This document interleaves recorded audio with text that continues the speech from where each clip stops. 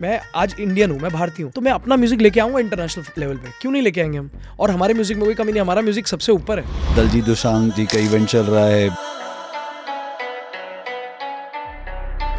लाखों करोड़ों की टिकट कुछ घंटों में बुक हो जाती है। एक नया पैटर्न निकल कर आता जा रहा है। इंडिया में आज इंडी म्यूजिक ऊपर आ रहा है, इंडिया के आर्टिस्ट आज ग्लोबल लेवल पे जाके स्टैंड हो रहे हैं। I think it is very good for the industry. Citadel की अभी जो सीरीज आई है जिसमें आपने म्यूजिक बैकग्राउंड फिर से दिया है, ये किस तरीके से आप भी उस टाइम समझे कि आपको क्या प्रियंका चोपड़ा वाली सीरीज की ऑफर आई है? मेरी एक बंदे से मुलाकात हो गई, उसने मुझे बोला कि भाई हमें तो तलाश है म्यूजिक डायरेक्टर की। मैंने कहा मैं तो म्यूजिक डायरेक्टर हूँ। Kapil Sharma show, Citadel, Dunki, guns and Gulaabs के लिए भी आपने अपना म्यूजिक दिया है। उस पर मैंने एक लाइन लिखी थी, ब्लू लाइन में चलने वाला देखो बीमर ले आया। उस दौर में कितना आसान रहा इसको एक्सेप्ट करना और आगे लेकर जाना। म्यूजिक करेगा फिर क्या होगा। और हमारे जमाने में ना बड़े अजीब अजीब वर्ड यूज करे जाते थे, जैसे भांड बन जाएगा। आपके पापा ने बोला आपको म्यूजिक करना है, हैप्पीली गए कि हाँ जी ये देखो 25,000 रुपए महीना। मैं एक्सपेक्ट कर रहा था खुश हो जाएंगे पापा। ही वाज लाइक बट तेरे को तो म्यूजिक करना है। अचानक ये शिफ्ट कैसे हुआ एड म्यूजिक फिल्म से मूवीज के लिए? तो मैंने एक फिल्म करी थी चुप, जिसके डायरेक्टर थे आर बाल्की सर। मेरी पहली फिल्म थी और चीजें हो गई। जब मैं क्रेडिट्स में देखा तो मेरा देखना बैकग्राउंड स्कोर में मेरा नाम नहीं है। वेलकम, नमस्कार। Outlook matters sponsored by walk talk radio पे मैं हूं हर्षित मलिक और मैं आपका दोबारा स्वागत करता हूं आउटलुक मैटर्स के इस प्लेटफॉर्म के ऊपर, जहां पे आज मैंने इनवाइट किया है अमन पंत जी को, जो कि एक म्यूजिक कंपोजर हैं, म्यूजिक डायरेक्टर हैं, जिन्होंने कई सालों की मेहनत के बाद 5,000 एड फिल्मों में अपना म्यूजिक दिया है और अब देश की बेहतरीन फिल्मों में डंकी जैसी वेब सीरीज, लस्ट स्टोरीज जैसी, यहाँ तक कि कपिल शर्मा शो जो नेटफ्लिक्स के ऊपर आता है, जिसके आइकॉनिक म्यूजिक को भी उन्होंने कंपोज किया है, ऐसी बेइंतहा फिल्मों में वो म्यूजिक कंपोजर रहे हैं। आज हम जानेंगे म्यूजिक डायरेक्टर, म्यूजिक कंपोजर का क्या रोल होता है और वो क्या करते हैं, और ये कितनी जो सफ़र है इनका, ये कितना स्ट्रगल भरा है और कितनी क्रिएटिविटी से है। इस सब के बीच में हम जानेंगे कि जो नज़रिया है, जो आउटलुक है लाइफ के लिए, वो क्रिएटिविटी में, म्यूजिक में फोकस और क्लियर होना कितना ज़रूरी है। तो मिलते हैं अमन पंत जी से। वेलकम अमन जी। तो अमन जी ये बताइए, म्यूजिक ही क्यों, आप म्यूजिक की लाइन में ही क्यों आए और आपने कोई और करियर क्यों नहीं चूज किया? पहले तो हर्षित भाई thank you for inviting me here. और मुझे लगता है कि म्यूजिक तो मैंने नहीं चूज करा, म्यूजिक ने मुझे चूज कर लिया है ना। क्योंकि एक म्यूजिक एक ऐसी चीज़ है जो या तो आपके पास है या तो नहीं है। ये भगवान की देन है, मुझे ऐसा लगता है। मतलब इसमें वैसा कुछ नहीं है, आप सीख सकते हैं म्यूज़िक, वो सब चीज़ें हो सकती हैं, मगर एक ऐसी चीज़ है कि जो आप लेके पैदा होते हैं, या it's a blessing. I and with me specially मेरे को ऐसा लगता है कि मेरे लिए ब्लेसिंग रही कि मैं बचपन से मेरा इंटरेस्ट तो रहा ही म्यूज़िक में, और चीज़ें होती गई और मेरे को मुझे लगा ये मेरे लिए है, ये चीज़ यही है। और कुछ ज़्यादा आता भी नहीं एक्चुअली, आपको बताऊँ ईमानदारी से ना, तो यही आता था। तो हमने कहा चलो यही करें। जैसे कि कहते हैं हर किसी का एक एक्स फैक्टर होता है। हर माँ बाप चाहते हैं बचपन में मेरा बेटा इंजीनियर बने, डॉक्टर बने, साइंटिस्ट बने, इंडस्ट्रियलिस्ट बने। आपकी भी जर्नी एक अलग तरीके की गई होगी। आप उत्तराखंड शायद पहाड़ों से ही हैं। हाँ जी, हाँ जी। तो आप जब अपनी स्कूल लाइफ में थे, यंग एज में थे, उस टाइम के अंदर आपको कब एहसास हुआ कि आप म्यूज़िक की तरफ डाइवर्टेड हैं? और आपने जब ये बात कभी अपने परिवार में, दोस्तों से, किसी से करी होगी, तो कितनी सपोर्ट मिली उस माहौल में? क्योंकि जिन ईयर्स में आपने शुरुआत की थी तब म्यूज़िक इंडस्ट्री इतनी ग्रोइंग नहीं थी, जबकि म्यूज़िक बढ़ रहा था हर जगह, बट पहाड़ों तक इतना म्यूज़िक का स्कोप नहीं था। तो उस माहौल के बारे में, उस समय के बारे में, उसके बारे में कुछ बताएं। मुझे लगता है आप सही कह रहे हैं अर्षित भाई। क्या होता है ना, देखिए इंजीनियरिंग करते हैं, आपको सबको पता है कि हाँ भाई इंजीनियरिंग करेगा ये नौकरी लग जाएगी, है ना। MBA करेगा यहाँ पर प्लेसमेंट हो जाएगी, नौकरी लग जाएगी। म्यूजिक करेगा फिर क्या होगा, है ना। और हमारे ज़माने में ना बड़े अजीब अजीब वर्ड्स यूज़ करे जाते थे, जैसे भांड बन जाएगा है ना, ऐसे। और जब तक आप ऐसी फैमिली से हैं, अगर जहाँ पर कोई एटमॉस्फेयर नहीं है या फिर कोई म्यूजिशियन नहीं है आपके परिवार में ना, तो लोगों को अवेयरनेस भी नहीं है कि भाई म्यूज़िक क्या कर सकता है। म्यूज़िक एक हॉबी है। अच्छा म्यूज़िक तो ठीक है, करते क्या हो, है ना। ऐसे सवाल मेरे से बहुत आते थे कि क्या करते हैं। म्यूज़िक वो तो हॉबी हो गई ना, प्रोफेशन क्या है आपका।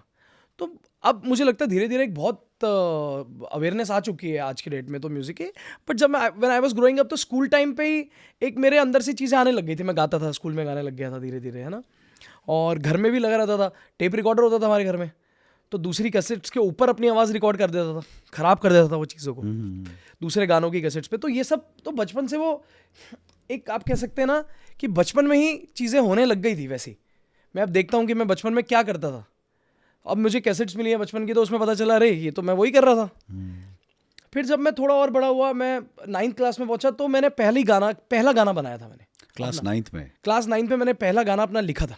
अच्छा, खुद लिखा था, लिरिक्स भी सारी बहुत ही चीजें खराब थी। गाना था, वो एक अलग बात है है ना, मगर गाना मैंने लिखा था, है ना, मैंने गाना लिखा था और मैंने बनाया।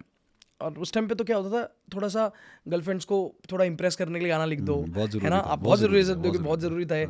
तो उस मोटिवेशन से गाना लिखा, है ना, सैड सॉन्ग, तो गाना लिखा, अच्छा मैंने कहा सही हो गया।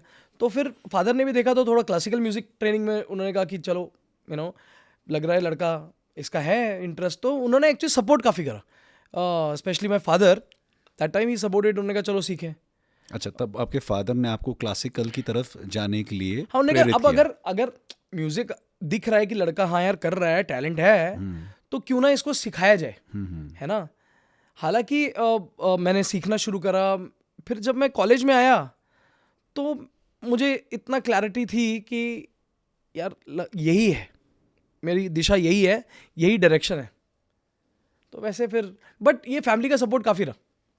ये बताइए, क्लासिकल की आपने बात करी, तो कुछ क्लासिकल में कुछ सुर कुछ निकाल के दिखाएं। तो मेरा रियाज उतना नहीं है, मगर फिर थोड़ा भी। बहुत 19-20 टाइप है ना, तो माफ़ी, गलत हो जाए तो लोगों से भी माफ़ी है, मगर थोड़ा बहुत एक कर सकते हैं। बिल्कुल बिल्कुल। तो मैं आपको सुनाता हूँ, ये गाने का भी एक थोड़ी सी हिस्ट्री है, थोड़ा सा बोर करूँगा हल्का सा।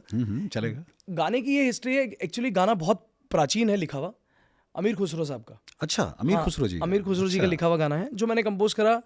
और ये गाना जो है, मेरी ज़िंदगी में इस गाने की बहुत इंपॉर्टेंस है, क्योंकि in 2017 there was a competition happening, international competition, मैंने उसमें अपना एक गाना डाल दिया। ये कहाँ था, एक इंटरनेशनल कंपटीशन? ये एक अमेरिकन वेबसाइट थी, in collaboration with an Indian website, they were looking for an Indian artist. अच्छा। तो एक अमेरिकन कंपोजर थे, Grammy award winning composer, John shanks उनका नाम था, नाम है।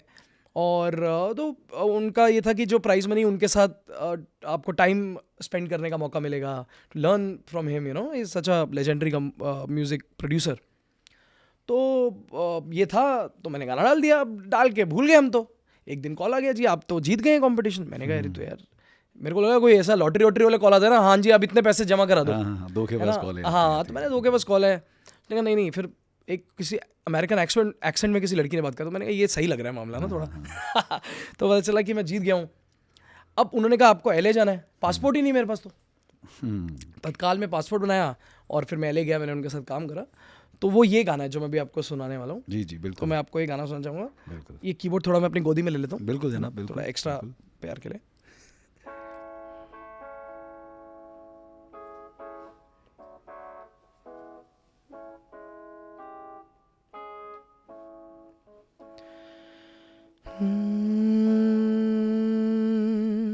मैं तो पिया से नैना लड़ाई रे,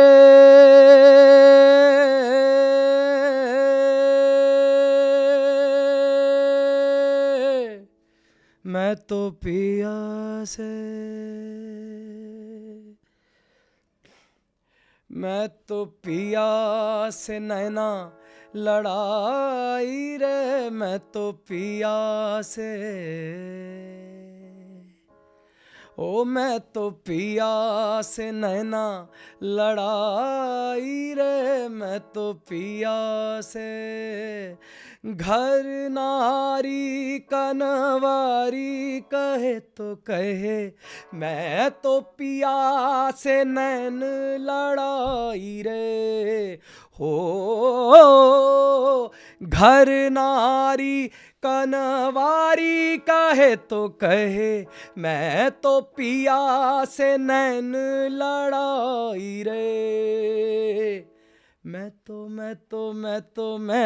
पिया से नैना लड़ाई रे, मैं तो पिया से नैना, पिया से नैना, मैं तो पिया से नैना लड़ाई रे, मैं तो पिया से। खुसरो बाजी प्रेम की मैं तो खेलूं पी के संग, खुसरो बाजी प्रेम की मैं तो खेलूं पी के संग, हाजी खेलूं पी के संग, हो जी खेलूं पी के संग, जीत गई तो पीहू मोरा,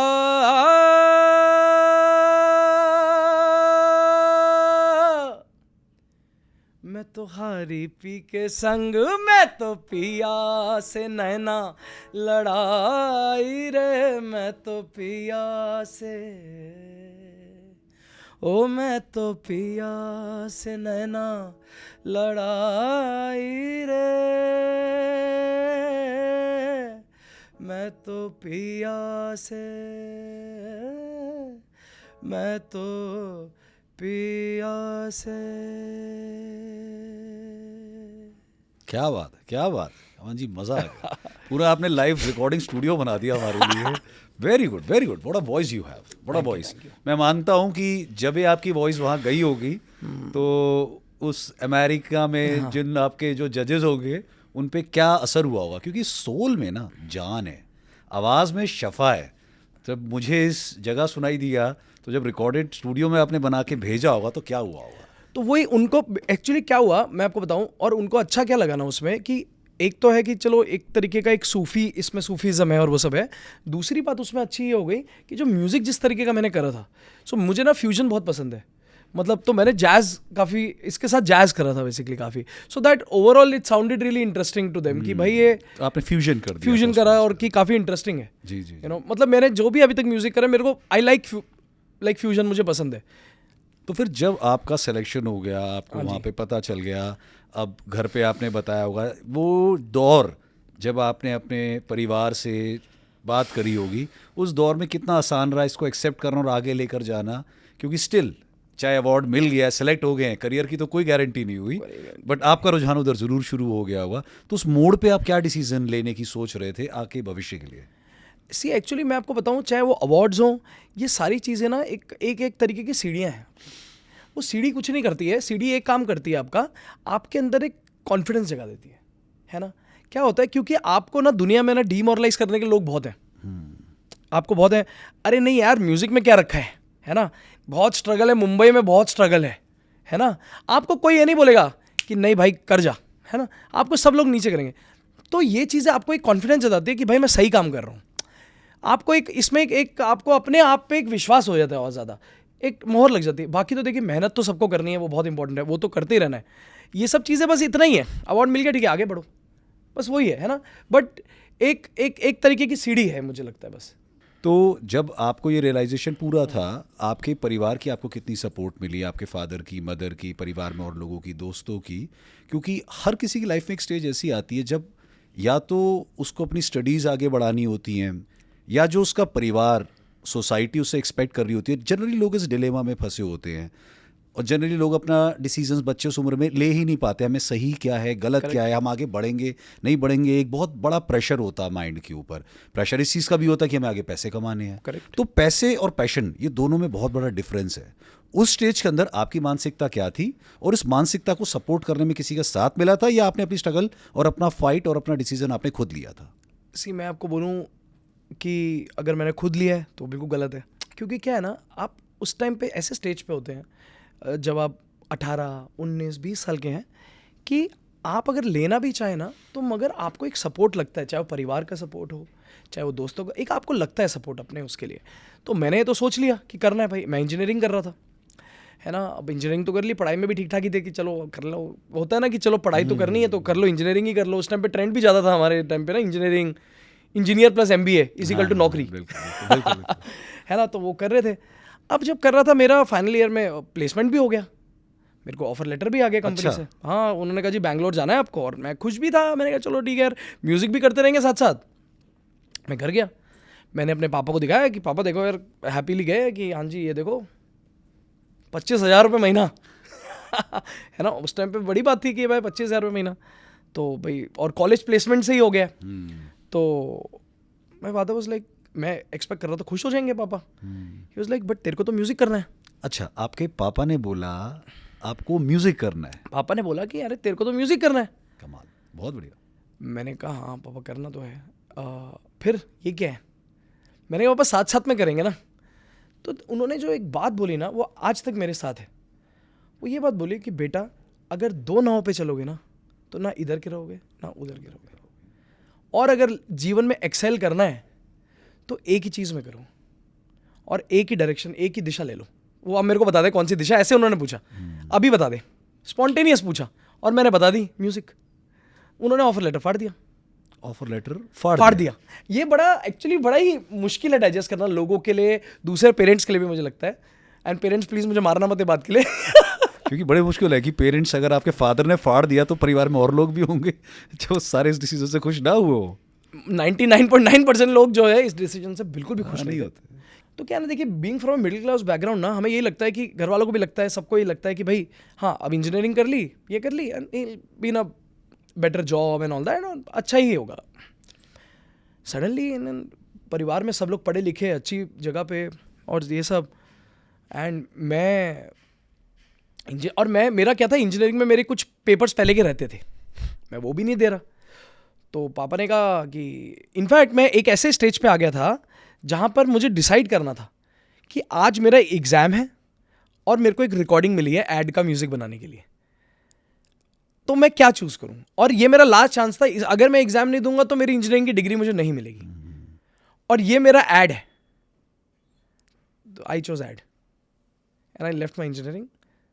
सो I am not an engineer, technically मैं बोल नहीं सकता अपने आप को इंजीनियर। तो घर वालों ने कहा भाई बच्चे की ज़िंदगी बर्बाद कर रहा है, पापा को ऐसे ऐसे इस तरीके की चीज़ सुननी पड़ती थी, है ना, कि आजकल 12वीं पास को मिलता क्या है, 12वीं पास को मिलता क्या है या 12वीं मिलेगा क्या? मतलब क्या होता है 12वीं पास, उसको तो आजकल दिल्ली में डीटीसी में बस में कंडक्टर भी नहीं बन सकता 12वीं पास बंदा, उसके लिए भी ग्रेजुएट चाहिए, बेसिक सरकारी नौकरी के लिए भी चाहिए। तो इस तरीके की चीज़ें होती थी, but my father also ignored every, उन्होंने कहा देखिए कुछ नहीं है, तू कर और एक्सेल कर और चीज़ें सीख। सी हिज मेन बहुत सपोर्ट थी उनकी, बहुत सपोर्ट था उनका। मेन support सपोर्ट ये था कि भाई तू कर, तेरे को छोड़ दिया हमने, हमें कोई टेंशन नहीं है, तेरे को जो करना कर। तो कभी प्रेशराइज नहीं करा। तो वो आई थिंक मुझे लगता है बहुत किसी भी एक ऐसे व्यक्ति के लिए जो कि अपने दिल की चीज़ करना चाह रहा है, एक एडिड सपोर्ट मिल जाए ना तो आपके लिए बहुत रास्ता बहुत आसान हो जाता है। आपकी सपोर्ट में आपके फादर के अलावा कोई और भी रहा आपके परिवार में जिसने आपको आगे बढ़ने में, मोटिवेट करने में और इस दिशा में आगे जाने में हर तरीके से आपका साथ दिया हो? सर बिल्कुल, मेरी वाइफ, मतलब हम लोग स्कूल टाइम से ही साथ हैं। अच्छा, तो स्कूल मतलब टाइम्स। एक्चुअली मैं आपको बताऊं, हम लोग साथ साथ ही चले हैं क्योंकि वो पोइट्रीज लिखती थी। कौन सी क्लास की बात कर रहे हैं ये आप? 9th क्लास की ही बात है। 9th क्लास से ही? हाँ, तो जो आप गाने बनाते वो थे, यही, हाँ। वो गाने बना के शायद यही कहीं वो use यही- हुआ, यही। use हुआ, ठीक है। तो वो पोइट्रीज लिखती थी, मैंने एक दिन डायरी में देख ली उसकी पोइट्री लिखी हुई है, तो मैं वो पोइट्री पे गाने बना देता था कभी कभी, है ना। मैंने कहा वो इंग्लिश लिखती थी पहले, बाद में मैंने कहा तू हिंदी लिख। तो उनका साथ हमेशा साथ में रहा, वो बहुत ज़रूरी। देखिए बहुत ज़रूरी है कोई आपको हमेशा ना मोटिवेट करे और आपकी गलतियाँ आपको बताए।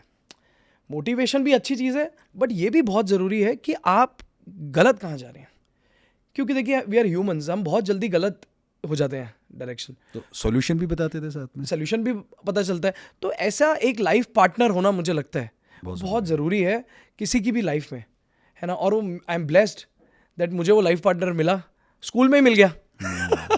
तो ज़्यादा हमें बाहर जाना नहीं पड़ा इधर उधर, तो स्कूल में ही लाइफ पार्टनर मिल गई, तो उनके ही चल रहे हैं। ऐसा बोलना भी पड़ेगा कि उनके ही डायरेक्शन पे चल रहे हैं, नहीं तो घर भी जाना है वापस। बहुत जरूरी है, ये भी बात है, घर वापस जाना है।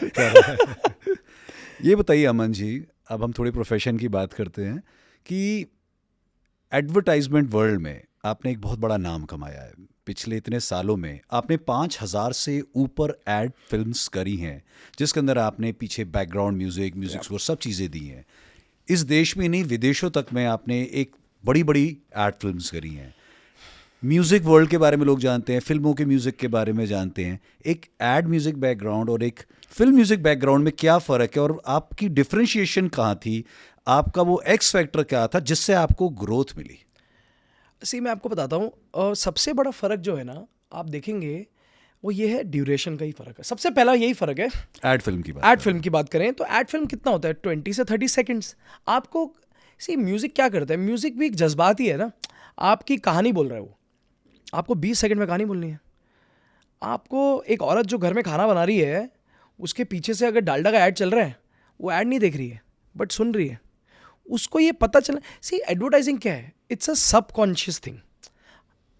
डालडा का म्यूजिक चल रहा है पीछे से, तो वो जो वाइफ खाना बना रही है उसके पीछे से आवाज़ आ रही है, वो आवाज़ क्या है, वो उतने सेकंड में क्या उनके मन में जाएगी, क्या वो ऐड के वजह से वो मार्केट में जाके वो बाय करेंगे, ये चीज़ है। तो उसका एक अलग पूरा एक नज़रिया अलग हो जाता है वर्सेस गाना बनाना। देखिए वो एक अलग इमोशन है।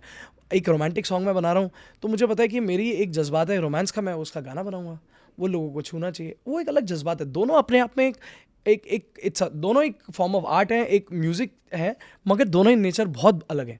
एक में मार्केटिंग इन्वॉल्व है, यहाँ पर बीइंग अ म्यूजिक डायरेक्टर आपको मार्केटिंग भी समझनी पड़ेगी, थोड़ा आपको एमबीए वाला गेम भी होना पड़ेगा। अच्छा, बिजनेस माइंडसेट आना चाहिए आना इसमें। पड़ेगा थोड़ा सा टू अंडरस्टैंड कि आप ये म्यूजिक बना क्यों रहे हैं, उसका मकसद क्या है, उसका रीजन क्या है। ताकि जिस प्रोडक्ट को आपको दिया गया है आप उसको डिलीवर भी कर पाएं, खाली म्यूजिक ना बनाएं। यस, अब मैं इसका एग्जाम्पल भी आपको एक देता हूँ। फॉर एग्जाम्पल अपना एक हम सब ने बचपन से ही सुना है, तंदुरुस्ती की रक्षा करता है लाइफ बॉय, लाइफ बॉय है जहां तंदुरुस्ती है वहां life boy.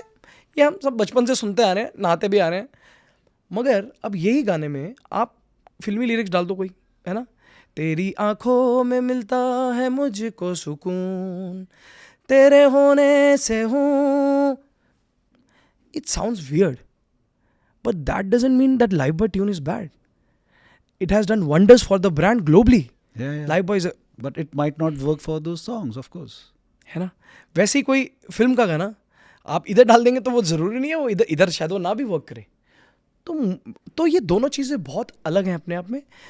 Understanding of both, कहीं लोग कर पाते हैं दोनों, कहीं लोग नहीं भी कर पाते हैं, मगर दोनों एक अलग अलग चीज़ें हैं। तो ये समझना बहुत इम्पॉर्टेंट है वाइल यू आर कंपोजिंग। जैसे दो चीज़, मैं तो दोनों कर रहा हूँ अगर, तो जब मैं एडवर्टाइजिंग कंपोज कर रहा हूँ तो मैं एक अलग सीट पर हूँ, कंपोजर में हूँ, बट मैं एक अलग सीट पे काम कर रहा हूँ। अगर मैं फिल्म कर रहा हूँ तो मैं एक अलग सीट पे बैठ के काम कर रहा हूँ। तो वो एक माइंडसेट का बहुत फ़र्क है दोनों में। मैंने आपके बारे में काफ़ी रिसर्च करी है, आपसे पहले भी मुलाकात और बातें हुई हमारी। आपकी और आपकी वाइफ में मेडिटेशन और स्पिरिचुअलिटी का एक बहुत बड़ा रोल है, क्योंकि म्यूज़िक क्रिएट करना एक पूरी अपने आप में एक क्रिएटिविटी है, अपने आप में एक कला है। तो इसमें मेडिटेशन स्पिरिचुअलिटी का आपकी लाइफ में क्या रोल रहा है, और आप क्या ये और लोगों को बताना चाहेंगे? और इस म्यूज़िक क्रिएशन में, इस क्रिएटिविटी में क्या आपको इससे मदद होती है? क्योंकि एक म्यूज़िक को क्रिएट करना अपने आप एक कला है। इस कला को पाना और उसमें इमेजिन करने में मेडिटेशन आपकी कितनी मदद करती है, या आप कैसे कर पाते हैं इसे? मुझे लगता है sir, and I am very proud to say this, that being spiritual has really helped me, and it is the main reason कि मैं जो भी कर पाया हूँ, because I am into spirituality, I am into meditation. क्योंकि इसमें ना, मैं आपको बताऊँ आजकल क्या होता है ना, लोगों को कूल नहीं लगता है being spiritual, is not cool, you know. हम भगवान को मानते हैं या हम स्पिरिचुअल है, मेडिटेशन करते हैं, बट ऐसा कुछ भी नहीं है। आप किसी भी इंडस्ट्री में रह के कुछ भी कर सकते हैं जो आपका दिल का है, जो आपके लिए अच्छा है। इसमें क्या है ना, देखिए हम लोग ना बड़ा डरते हैं शेयर करने में कि अरे यार मैं स्पिरिचुअल हूँ, लोगों को बता दूंगा तो लोग क्या सोचेंगे मेरे बारे में, लोग कहेंगे ये स्पिरिचुअल आदमी है यार, is not cool, you know. But ऐसा नहीं है यार। और ऐसा नहीं है कि आप स्पिरिचुअल हैं तो आप धोती कुर्ता पहनेंगे। अब मेरी ड्रेसिंग है, मैं कोई धोती कुर्ता तो नहीं पहन रहा हूँ, है ना। मगर बीइंग स्पिरिचुअल, उससे क्या होता है मैं आपको बताता हूँ, और मेडिटेशन का स्पेशली मैं आपको बताना चाहूँगा। सी, मेडिटेशन करता क्या है, जब आप एकांत में बैठते हैं, जब आप अपने खुद के अंदर जाते हैं, तो आप अपने अंदर जा रहे हैं, आप दुनिया से बाहर आ रहे हैं। सी, क्रिएटिविटी क्या है, चीज़ क्या है, आप अपने अंदर से कुछ एक नया क्रिएट कर रहे हैं। आप यूनिवर्सल एनर्जी से, बट वो एनर्जी कैसे आएगी, इतना शोर है बाहर, वो शोर में आप कैसे सुन पाएंगे, उसके लिए आपको अपने अंदर जाना पड़ेगा, है ना, अपने से टच करना, अपने से टच करना पड़ेगा। जितना आप अपने अंदर जाएंगे उतना ही आप बाहर ज़्यादा एक्सप्रेस कर पाएंगे, मुझे ऐसा लगता है। तो वो अपने अंदर जाने के लिए आपको मेडिटेशन करना पड़ेगा, आपको बैठना पड़ेगा उस तरीके से चीज़ों में, और उससे आपका ना, देखिए ये तो एक चीज़ हो गई, मेडिटेशन है, इसके बहुत सारे अलग फ़ायदे भी होते हैं, बाय प्रोडक्ट्स हैं। उसमें एक बाय प्रोडक्ट सबसे बड़ा मेडिटेशन का ये है कि मेडिटेशन से आपका कॉन्सेंट्रेशन बहुत अच्छा हो जाता है, क्योंकि फोकसिंग हो जाती है। आप फोकस हो जाते हैं बहुत ज़्यादा, आप डिस्ट्रैक्टेड नहीं रहते हैं लाइफ में ना। आजकल तो सब डिस्ट्रैक्शन ही है, तो आप उस डिस्ट्रैक्टेड लाइफ में कैसे क्रिएटिव रह सकते हैं। तो मेडिटेशन रियली हेल्प्स यू। और we have been very fortunate, हम लोग हमारे गुरुजी हैं और स्पिरिचुअल मास्टर हैं संत राजेंद्र सिंह जी, तो हम उनके साथ जुड़े हुए हैं काफ़ी साल से, बचपन से ही एक्चुअली वी इनिशिएटेड। तो ये मुझे लगता है, ये आई बीन फॉर्चुनेट कि मैं उनके साथ जुड़ा हूँ, और उस वजह से मैं आज इधर हूँ, क्योंकि मैं डिस्ट्रैक्ट नहीं रहा कभी भी लाइफ में। मुझे पता था कि मेरा गोल क्या है, मुझे पता है कि भाई मेरे को ये सीखते हुए, ये करते हुए आगे बढ़ना है लाइफ में। और अभी भी हम सीख रहे हैं, एक एक स्टेप बाय स्टेप सीखते हुए आप आगे बढ़ेंगे अगर, और एक इसमें एक मुझे सडनली एक वो कबीर साहब का एक दोहा याद आ जाता है, जी जी। वो कि प्रेम की गली अति सांकरी तामे दूजो ना समाए। इसका मतलब है कि जो प्रेम लव जिसको बोलते हैं हम ना, उसकी जो गली है वो इतनी नैरो है कि इसमें दो नहीं हो सकते, इसमें एक ही चलेगा। तो ये म्यूजिक में भी यही असूल है कि जब आप म्यूजिक में मिल जाएंगे, आप एक हो जाएंगे ना, तो ही आप चल सकते हैं। सो म्यूजिक भी अपने आप में एक मेडिटेशन ही है। अगर आप देखेंगे म्यूजिक भी मेडिटेशन है। अगर जिसमें आप एक हो गए तो बस वही है मेडिटेशन, है ना। तो वही मुझे लगता है कि तो मेडिटेशन का बहुत ज़्यादा इसलिए रोल हो जाता है एज एन आर्टिस्ट, कि इतनी शोर की ज़िंदगी में आपको जो साइलेंस चाहिए, अपने आप से जो बात करनी है, वो आप कर लेते हैं। बॉलीवुड में, आपकी म्यूज़िक इंडस्ट्री में और भी कलाकार होंगे, आप इस इंडस्ट्री में रहते हैं, क्या मेडिटेशन लोग ट्राई करते हैं स्पिरिचुअलिटी ग्रोथ के लिए, चीज़ों के लिए, या सिर्फ एक्स फैक्टर या कुछ और चीज़ों पे ही उनकी कोशिश रहती है? मुझे लगता है सर करें तो सही मुझे लगता है करें तो सही, चाहे वो किसी भी रीज़न की वजह से करें, है ना। एटलीस्ट मुझे लगता है लोग शुरू करें, रीजंस बाद में अपने आप बन जाते हैं। हो सकता है पहले लोग किसी और रीज़न के लिए करें, बाद में रीज़न कुछ और हो जाए, है ना। बट मुझे लगता है कि सबको करना चाहिए मेडिटेशन। दिन में चाहे आधा घंटा करें, चाहे आप 1 घंटा करें, बट चाहे 2 घंटा करें। एडवाइजेबल इज आप चाहे आधा घंटा करें, चाहे 1 घंटा करें, दिन का 10% टाइम हम दे सकते हैं आराम से। हम रीले देख लेते हैं उससे ज़्यादा तो आजकल। हाँ, सुबह शाम में हम दे सकते हैं, सुबह दे सकते हैं, ध्यान को दिया जा सकता तो ध्यान को बिल्कुल दिया जा सकता है, और आप तो खुद भी इतना ध्यान करते हैं। है। थोड़ा थोड़ा तो लगा ही लेते हैं।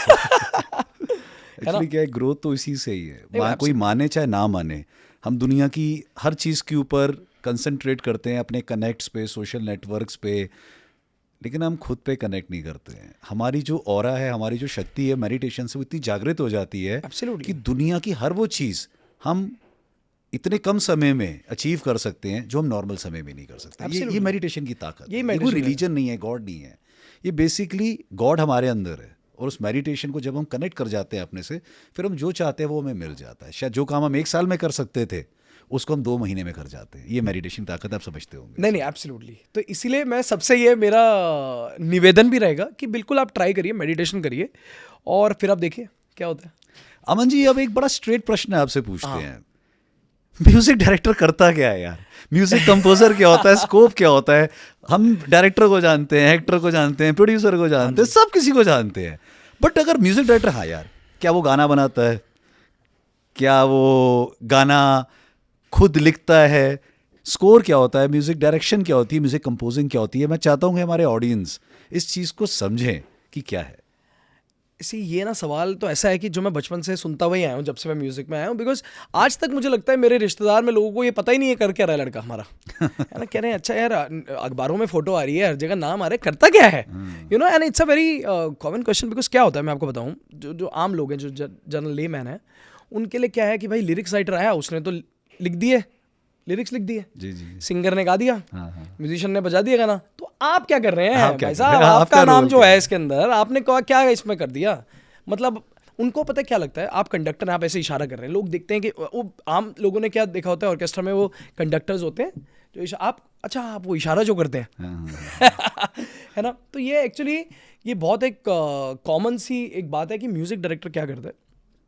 देखिए मुझे लगता है अब इसमें ना 2 चीज़ें, वेस्ट का कंपोजर और इंडियन कंपोजर में एक थोड़ा फ़र्क है। फ़र्क कुछ नहीं है ऐसा, अब हालांकि थोड़ा चेंज हो रहा है। मैं आपको बताता हूँ, जैसे आपने स्कोर पूछा, अगर आप देखेंगे वेस्ट सिनेमा में film scoring is a big thing there.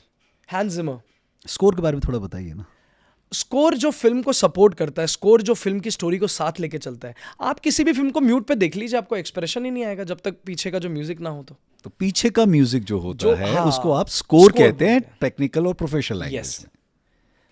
Background score भी बोलते हैं, बैकग्राउंड म्यूजिक भी बोलते हैं, but score is the global term. तो जो स्कोर रहता है वो वेस्ट में तो film scoring is a thing, मतलब बहुत बड़ी चीज़ है। अब इंडिया में भी, बिकॉज काइंड ऑफ सिनेमा जो अभी इंडिया में हो रहा है आजकल की डेट में, जैसे with the film makers like new age film makers like Raj D के और इस तरीके के लोग जो अभी आ गए हैं, जो कि बहुत ही एक एजी सिनेमा बना रहे हैं अभी ना, and with OTT and all that, the score plays a very important role in that. कि जो म्यूज़िक बहुत इंपॉर्टेंट रोल प्ले कर रहा है। गाने तो हैं ही, देखिए गाने तो बहुत ज़रूरी हैं ही हमारे हिंदी सिनेमा के अंदर फॉर्मेट में, मगर अभी स्कोर का वैल्यू इंडिया में बहुत बढ़ चुका है। तो मैंने स्कोर भी करे हैं, गाने भी कर रहे हैं, सब कर रहा हूँ मैं। मगर तो मैं बता रहा था, तो वेस्ट में दो तरीके, एक कंपोज़र है जो स्कोर कंपोज़र है, दूसरा कंपोज़र है जो सिंगर सॉन्ग राइटर जिनको बोलते हैं वेस्ट में, जैसे कि अपना एडेल हो गई, या जैसे आपका जस्टिन बीबर हो गए, जो कि गाने लिख रहे हैं, बना रहे हैं और उसको परफॉर्म भी कर रहे हैं। तो वो वेस्ट का सिनेरियो हो गया। इंडिया में म्यूजिक डायरेक्टर है जो गाने बना रहे हैं, जैसे लेजेंडरी लक्ष्मण प्यारलाल साहब हो गए, रहमान साहब हो गए, है ना, ये लोग हो गए।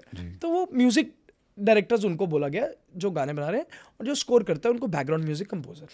इंडिया में टर्मिनोलॉजी ये जो चल रही है। तो अब जाके इंडिया में, इनफैक्ट मैं इसमें आपको एक बात बताना चाहता हूँ। तो मैंने एक फिल्म करी थी चुप, जिसके डायरेक्टर थे आर बाल्की सर। तो उन्होंने मुझे मौका दिया उसमें स्कोर करने का। मेरी पहली फिल्म थी, मैंने भी कभी नहीं करा था स्कोर, तो करा उनके साथ। तो रियली ग्रेटफुल कि उन्होंने मुझे उस तरीके की फिल्म का मौका दिया और हमने करा वो, और चीज़ें हो गई। जब मैं क्रेडिट्स में देखा तो मेरा देख रहा हूँ बैकग्राउंड स्कोर में मेरा नाम नहीं है। तो मैं देख रहा हूँ परेशान हो गया, मेरा नाम नहीं है स्कोर में, मेरा नाम नहीं है। मैं ढूंढ, मैंने मेरा दोस्त है अनिरुद्ध, मैंने उसको फ़ोन करा, इस बाल्की सर प्रोड्यूसर। तो मैंने उनको फ़ोन करा, मैंने कहा अनिरुद्ध यार भाई मेरा तो नाम ही नहीं है इसमें यार। कैसी बात है? मैंने यार कैसे नहीं है तुम्हारा नाम यार, तुम्हारा नाम कैसे नहीं होगा? नहीं यार स्कोर में नाम नहीं है, दोबारा देखो। नहीं, दोबारा भी नहीं मिल रहा यार, नहीं यार नाम नहीं मिल रहा मेरे को अपना। जब मैंने तिबारा देखा, मेरा नाम म्यूजिक डायरेक्टर में था। सो आई कॉल बाल्की सर, मैंने कहा सर आपने मेरा नाम म्यूजिक डायरेक्टर में डाला, क्योंकि इंडिया में सब जो गाने बनाते हैं उसका नाम म्यूजिक डायरेक्टर में आता है। अच्छा। यहाँ पर जो फॉर्मेट बना हुआ है। बट सर ने मुझे एक बात बोली, सर ने कहा Aman, for me you are the music director, you have done music for the full film. गाने वाले तो एक 3 मिनट 4 मिनट का गाना बनाता है, तुमने 2.5 घंटे का म्यूजिक बनाया यार, तुमसे बड़ा और कौन है म्यूजिक डायरेक्टर यार? बिल्कुल बिल्कुल, बहुत बढ़िया बात बोली उन्होंने, है ना। तो मुझे लगता है अब जाके इस तरीके की अवेयरनेस आ रही है चीज़ों में। कपिल शर्मा शो, आपने उसकी आइकॉनिक म्यूजिक अभी शायद उसका दिया है।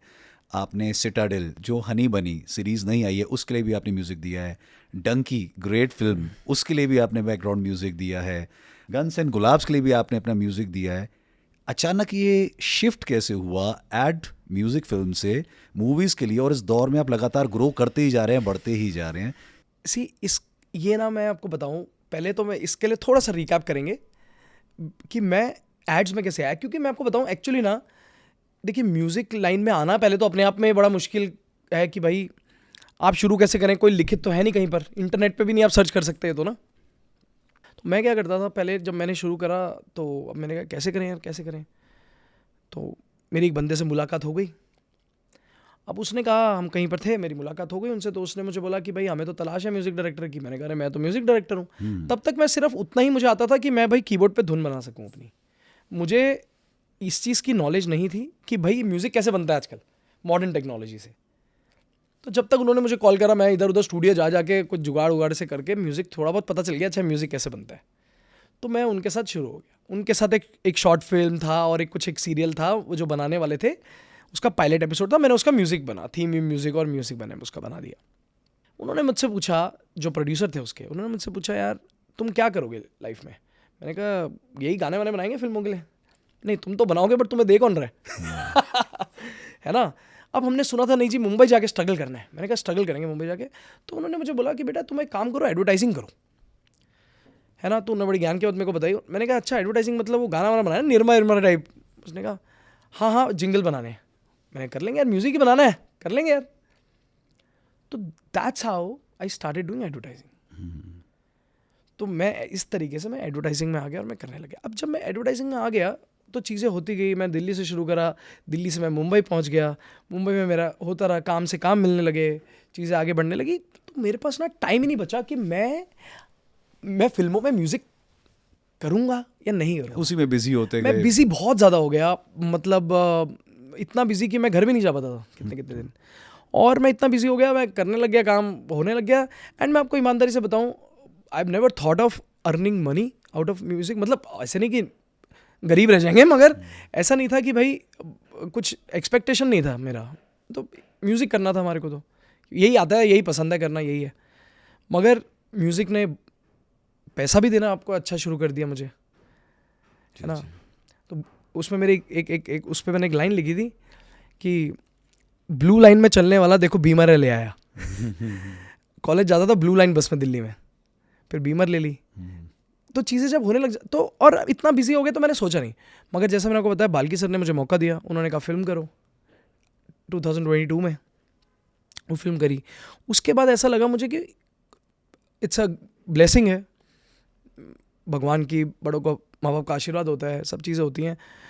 तो फिल्में आने लग गई बैक टू बैक, अपने आप ही चीज़ें होने लग गई, यू नो। तो फ्रॉम 2022 और से लेकर आज मैं 24 में बैठे हैं, आप देखिए मैंने कितना सारा भगवान की जैसी चीज़ें होने लग गई।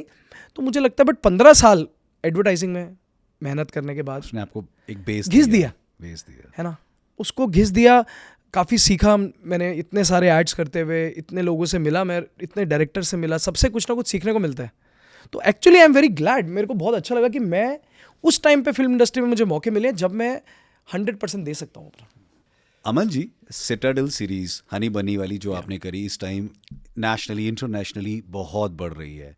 बीइंग एन इंडियन कंपोजर, आपने अपने कला को, अपनी क्रिएटिविटी को इंटरनेशनल म्यूजिक के लिए, सिटाडेल जैसी सीरीज के लिए कैसे रेडी किया?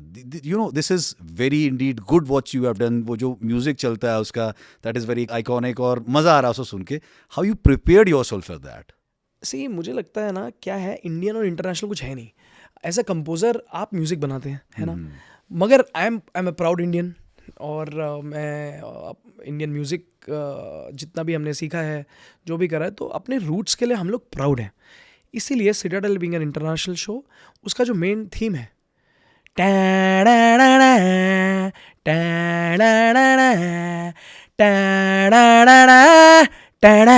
This is the theme of Citadel. अब ये थीम, जो मेन इंस्ट्रूमेंट इसका यूज़ करा गया है, वो इलेक्ट्रिक सितार यूज़ करी गई है उसमें। मैं गिटार भी कर सकता था। इलेक्ट्रिक सितार, तो जब आप सितार को प्लग इन करके प्ले करते हैं लाइक गिटार, तो इलेक्ट्रिक सितार बोला जाता है, उसको जिटार भी बोलते हैं। तो वो मैंने यूज़ करा है सो दैट अपना इंडियन इंस्ट्रूमेंट सितार भी उधर है at global level, and people are loving it now, you know, because we have see as a composer, मैं आज इंडियन हूँ, मैं भारतीय हूँ, तो मैं अपना म्यूजिक लेके आऊँगा इंटरनेशनल लेवल पे, क्यों नहीं लेके आएंगे हम? और हमारे म्यूजिक में कोई कमी नहीं, हमारा म्यूजिक सबसे ऊपर है। I think Indian classical music सबसे सुपीरियर है। तो अगर वो आप ला सकते हैं, सारा गेम पैकेजिंग का है। अगर आपको अब मैंने उसमें क्या करा है, बहुत एनालॉग इलेक्ट्रॉनिक म्यूजिक करा है। अब उस इलेक्ट्रॉनिक म्यूजिक के पैलेट में आपने क्लासिकल डाला है, लोग, मैंने एक गज़ल कंपोज करी है सिटाडेल के अंदर, आप सुनिएगा एल्बम में। तो वो गज़ल आप जब सुनेंगे, वो मॉडर्न गज़ल है, उसमें इलेक्ट्रॉनिक म्यूजिक के साथ, बट सूदिंगनेस वही है। क्योंकि क्या, जो यंग जनरेशन है, उनको जिस तरीके का आजकल लोग म्यूजिक सुनना पसंद कर रहे हैं, वो सुने, साथ में एक मेलोडी अगर उनको मिल जाए, अच्छे लिरिक्स मिल जाएं, शेरो शायरी मिल जाए, तो क्यों नहीं सुनेंगे? उसको आपको पैकेजिंग अलग तरीके से करना है बस। तो वही करने की कोशिश में सिटाडेल में करी। आई थिंक जो बहुत सारे अच्छे इंडियन न्यूज़पेपर्स ने लिखा है, हिंदुस्तान टाइम ने भी लिखा, मेरा नाम मेंशन करा, और भी एक दो अच्छे, उन्होंने काफ़ी सारे लोगों ने, क्रिटिक्स ने नाम मेंशन करा। People, in fact I am getting Instagram पे भी मुझे काफ़ी सारे मैसेजेस आ रहे हैं स्कोर्स के लिए, थीम्स के लिए। सो आई एम ग्लैड यार कि जो आप काम कर रहे हैं, और इंडिया के बाहर से भी आने लग गए हैं मेल्स, और specially Instagram messages, like people are liking the theme a lot. So you know, and यही है कि आप जो कर रहे हैं वो आपने अपनी शिद्दत से काम करा, और वो सबको अच्छा लग रहा है। तो मुझे लगता है इंपॉर्टेंट है आप अपनी शिद्दत से काम करें और अपनी रूट्स को ना भूलें। लस्ट स्टोरीज जैसी सीरीज के ऊपर काम करना है ना, अपने आप में वर्ड सुन के, चीजें सुन के आदमी एक बार को हिल जाता है। जब आपको इसकी ऑफर आई, क्या कुछ एक्सपीरियंस हुआ होगा आपको, you know, that's going to be very different. How you took it? आप इतनी आसानी से आपने हाँ कर दिया, और उसके ऊपर फिर सोचा कैसे? You know, you have to pass through all that experience, that genre. हाँ, लव स्टोरीज तो देखिए अभी क्या है, बहुत एक अलग तरीके का था। इनफैक्ट वो गाना भी आप देखेंगे जो मैंने कंपोज करा है ना, उसके आप लिरिक्स देखिए, बहुत ही खतरनाक बोले। खेलो खेलम खेल खिलैया, तन मन ले हिचकोले दैया। अब आप ऐसे देखोगे, बट ये खेल कोई और है, ये खेल वो नहीं है जो आप सोच रहे हैं शो के कंटेक्स्ट में, बट उसका एक अलग मजा है। मुझे लगता है एज अ म्यूजिशियन हमारा काम ये है कि जो भी थीम है फिल्म का, शो का, उस पर उसके हिसाब से हम गाना बनाएं, उसके हिसाब से म्यूजिक करें, और वो हो रहा है। जैसे डंकी जब मैं कर रहा था, उसके बड़ा अच्छा इंसिडेंट मेरे को याद आ गया। डंकी जब मैं कर रहा था, तो जब इंटरमिशन पे हम लोग पहुँचे, तो एक पॉइंट है जहाँ पर विक्की कौशल जो कैरेक्टर है, वो अपने आप को आग लगा लेते हैं। अभी वहाँ पर पहले क्या हो रहा था, वहाँ पर पहले स्कोर था, तो ईरानी सर को भी लगा, शाहरुख सर को भी लगा कि वहाँ पर कुछ एक गाना होना चाहिए। तो हम बैठे, तो हमने वो सर ने एक निकाला था कि पूछ दो हाल फकीरा था, जो शिव कुमार बटालवी साहब का है। तो हमने वो लिया, उसके साथ अपने एक्स्ट्रा लिरिक्स और मिलाए और गाना बनाया वहाँ पे। जी। वो गाना आप जाके देखिए, जो मैंने बनाया वहाँ पे इंटरमिशन पे, वो काफ़ी इम्पैक्ट कर देता है। वो लिरिकल इम्पैक्ट है, मेलोडिक इम्पैक्ट है, वो जो सीन है उसको यहाँ से वहाँ ले जाता है। तो गाना म्यूजिक का ये मुझे लगता है, बिकॉज ये मीडियम ऑडियो विजुअल है, खाली विजुअल मीडियम नहीं बोलते, हम बोलते हैं ऑडियो विजुअल मीडियम। तो अगर इसको माफ कीजिए, इसी पूछूं, जैसे कमतारा भी मूवी आई थी, उसका म्यूजिक सुपर हिट हुआ, बहुत नेचुरल तरीके से शूट किया गया है। अगर हम आपके इस डंकी म्यूजिक को, एक लव स्टोरी म्यूजिक को और कमतारा म्यूजिक को कंपेयर करना चाहें, तो इसकी क्रिएटिविटी, इसकी सोच कितनी डिफरेंट है, कितनी वाइल्ड है, इमेजिनेशन, या कितनी नेचुरल है ये? आई थिंक कंतारा में जैसे था उसका जो वाइब था, या फिल्म जहाँ सेट थी उन्होंने उसके हिसाब से म्यूजिक करा है। आप उधर के इंस्ट्रूमेंट्स है, नादा स्वरम है, ताविल है, उस तरीके के इंस्ट्रूमेंट्स बजे हैं, बट बहुत बढ़िया फ्यूजन उन्होंने भी क्रिएट करा है उसमें म्यूजिक में, उस कंटेक्स्ट के हिसाब से। हमने हमारे कंटेक्स्ट के हिसाब से करा है। I think it is music, संगीत जो है वो कंटेक्स्ट के हिसाब से, मतलब फिल्म का कंटेक्स्ट के हिसाब से चलेगा। हमारी फिल्म पंजाब में सेट है, तो हमने उसमें की पूछ दो हाल फकीर अदा करा है ना। तो मुझे लगता है सब फिल्म का कंटेक्स्ट, आप कौन से फिल्म आपकी कौन से एरा में बात कर रही है, क्योंकि ये भी है कि आपकी फिल्म कौन से एरा में बात कर रही है, आपके लिरिक्स उसके हिसाब से चेंज हो जाएंगे। वो भी बात है ना। अब आपकी फिल्म 80s में है, लिरिक्स आप डाल रहे हैं, इंग्लिश तो नहीं चलेगा, मॉडर्न नहीं चलेगा, उस टाइम पे किस हिसाब से बात होता था ना। तो ये सब चीज़ें हैं। तो कोई ऐसा इक्विपमेंट, कोई ऐसी चीज़ कभी किसी म्यूजिक के लिए आपको ढूंढना पड़ा हो, आपने अप्रोच की हो, जैसे कमतारा में भी आपने बताया वहाँ के इक्विपमेंट्स अलग थे, चीज़ें थे, तो कभी आप लोगों को भी सर्च करनी पड़ती है इन चीज़ों की? सर बिल्कुल, मैं आपको बताता हूँ इससे अच्छा, आपने बहुत अच्छा सवाल पूछा, क्योंकि मेरे को इससे एक किस्सा याद आ गया। तो जब बाल्की सर ने मुझे बुलाया फिल्म देखने के लिए कि अमन आ जाओ फिल्म देख लो, चुप, मैं देखने गया। मैंने फिल्म देखी, तो फिल्म में ना there lot of brutal killings happening, मतलब मार रहे हैं, वो काट रहे हैं। तो ना वो देख के ना मुझे एक इंस्ट्रूमेंट का साउंड याद आया, विच साउंड लाइक ज़ूम। मैंने रोड पे देखा था कि बच्चा नाच रहा है, माँ कोई औरत एक बजा रही है, कोई करतबबाजी कर रहे हैं, आपने देखा होगा, वो रोड पे इस तरीके के लोग रहते हैं काफ़ी। तो वो मेरे को अब मुझे उसका नाम भी नहीं पता इंस्ट्रूमेंट का, बट मेरे मन में वो साउंड चल गया। एंड मैंने सर को बोला, मैंने कहा सर मेरे मन में साउंड आ रहा है। सर ने कहा अमन इट साउंड इंटरेस्टिंग, ट्राई। अब मैं गया स्टूडियो, मैंने वो सर्च करा कि वो इंस्ट्रूमेंट क्या है। मैं पता चला वो इंस्ट्रूमेंट का नाम है urumi, it's a South Indian instrument. अब भाई उरीमी कहाँ से लाएं, उरीमी कहाँ से बजाएं, ना कोई ऐसा सैम्पल भी नहीं मिलता उस इंस्ट्रूमेंट का, पर रेयर इंस्ट्रूमेंट है ना, कहाँ से लाएं। हम सोच रहे हैं भाई, मैंने चेन्नई उन्हें फ़ोन करा, उन्होंने कहा सर टाइम लगेगा, मुझे थीम बनाना है वगैरह, सर 3-4 दिन लगेंगे आने में। मैंने कहा भाई 3-4 दिन तो बहुत टाइम है, अभी क्या करें, अभी थीम बनाना है। आप इस ये अभी इसको यूनिवर्सल एनर्जी कह रहे हैं, कुछ भी कह सकते हैं, पुकार कह लें दिल की कि भाई चाहिए, अंदर से आई है। मैं अपने स्टूडियो में बाहर बैठा हुआ था। मेरा स्टूडियो क्या है, एक ऐसी जगह पर है जो थोड़ा ओपन एरिया है, वहाँ पर लोग आते रहते हैं, और मैं बाहर बैठा था, मेरे लॉन एरिया एक स्टूडियो में, तो लॉन एरिया में बैठा था। मैं सोच रहा था यार ये इंस्ट्रूमेंट कहाँ से लाऊं मैं, एंड सडनली मुझे ना instrument back of the mind सुनाई दिया। तो मुझे लगा यार तो मैं पागल हो गया हूँ, इतना मैंने पीछे सुनाई दिया बैक ऑफ माइंड में, या ऐसी बाहर से, मतलब मुझे ऐसा लगा आवाज़ आ रही है इंस्ट्रूमेंट की। तो मुझे ऐसा लगा यार ये ज़्यादा सोच लिया है, मेरे को लग रहा है मैंने इंस्ट्रूमेंट के बारे में, जो सुनाई दे रहा है। बट थोड़ी देर में वो आवाज़ पास आती गई मेरे, वो इतनी पास आ गई कि वो औरत मेरे स्टूडियो के गेट पे आ गई और इंस्ट्रूमेंट बजाती हुई, वही वाला इंस्ट्रूमेंट जो आप सोच, वही वाला इंस्ट्रूमेंट जो मैं सोच रहा था। Very strange. मैंने देखा कि तो ये सामने आ गई, और वो सामने आ गई, मैंने उसको रिकॉर्ड करा।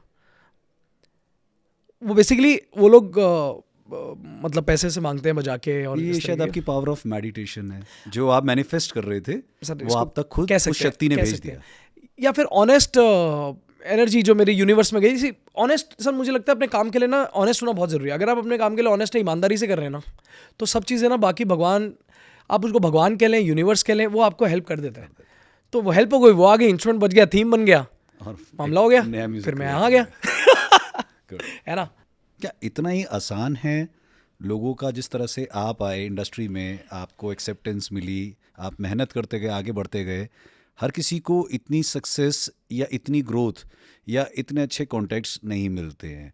आपको आपकी अप्रोच में, लोगों की अप्रोच में, या जब हम एक ग्रोथ की स्टेज पे पहुंच जाते हैं, जो अमन भाई मैंने जनरली इस वर्ल्ड में देखा है, लोग उसे सस्टेन नहीं कर पाते हैं या उस ग्रोथ तक भी नहीं पहुंच पाते हैं। आपके फैक्टर में और लोगों के फैक्टर में आपको क्या डिफरेंस लगता है कि लोग वहां तक पहुंच नहीं पाते? अर्षित भाई, मेरे को ना लोगों का तो नहीं पता, मेरी भी शुरुआत ही है अभी तो, मगर मैं एक बात ये मुझे क्या लगता है ना, ये जो भी जर्नी, हर एक आदमी की जर्नी अलग है। देखिए सबका अपने अपने रास्ते हैं, वो रास्ता सबको अपने आप ही बनाना है ना।